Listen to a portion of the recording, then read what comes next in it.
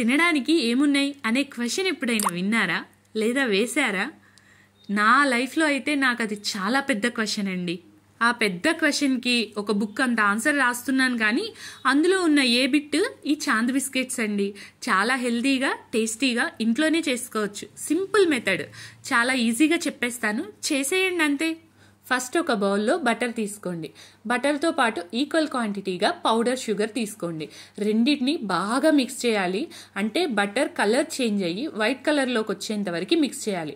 అసలు మీకు ఇంకా పర్ఫెక్ట్గా రావాలంటే కిచెన్ది టేబుల్ క్లీన్ చేసుకొని ఆ టేబుల్ మీద బటర్ని మంచిగా పీస్గా చేసి దాంట్లో షుగర్ వేసి కలపండి. యాక్చువల్గా ఇవన్నీ టేబుల్ మీదే చేస్తారండి. నేను కొంచెం నీట్గా ఉండాలని బౌల్లో చేశాను అంతే.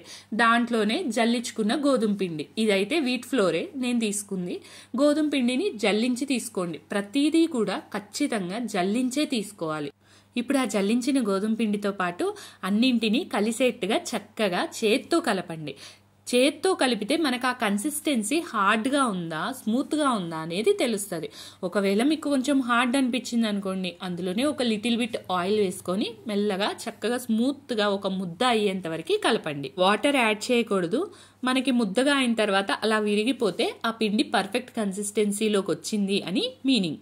ఇప్పుడు ఆ పిండిని ఒక 10 మినిట్స్ పక్కన పెట్టేసి నేను కిచెన్లో ప్రీహీట్ పెట్టుకున్నాను అనమాట. స్టవ్ మీదనే బౌల్లో సాల్ట్ వేసి ప్రీహీట్ పెట్టుకొని వచ్చాను. తర్వాత దాన్ని క్లీన్ చేసుకున్న కిచెన్ టేబుల్ మీద అలా పరుచుకొని అలా ప్రెస్ చేస్తున్నాను. మనం కర్ర తీసుకొని ప్రెస్ చేస్తే మనకి సాఫ్ట్గా, అంటే చాలా ఎక్కువ ప్రెస్ అయిపోతుంది. మనం స్టైల్గా కుక్కీ కట్టర్ ఉంటే వాడుకోండి. లేదంటే చక్కగా ఇంట్లో ఉన్న స్టీల్ గ్లాస్ తీసుకొని ఆ స్టీల్ గ్లాస్తోనే పర్ఫెక్ట్గా షేప్ వస్తుంది. ఫస్ట్ తీసింది అంత షేప్లో రాదు, కానీ తర్వాత నుంచి మాత్రం షేప్ బాగొస్తుంది. అండ్ ఇవి చాలా త్వరగా విరిగిపోతాయి. మనం ఇలా పట్టుకునే లోపే విరిగిపోతాయి. ఏం కాదు, మళ్ళీ అంటే రిమైనింగ్ పిండిని కలుపుకునేటప్పుడు మళ్ళీ దాన్ని కూడా విరిగిపోయిన వాటిని కూడా యాడ్ చేసేసుకొని కలుపుకోవచ్చు. వాటిని బేకింగ్ ట్రేలో లేదా ఏదన్నా ప్లేట్ మీద ఒక బటర్ పేపర్ వేసుకొని పరుచుకొని పెట్టుకొని దాన్ని హీట్ చేయండి. నేను స్టవ్ మీద చేశాను అండ్ నేను ఆ క్లిప్ యాడ్ చేయడం మర్చిపోయాను. అంతే, ఒక 15 మినిట్స్లో చక్కగా స్మూత్గా చాలా సాఫ్ట్గా ఈ మూన్ బిస్కెట్స్ రెడీ. చాలా ఈజీ కదా, ట్రై చేయండి.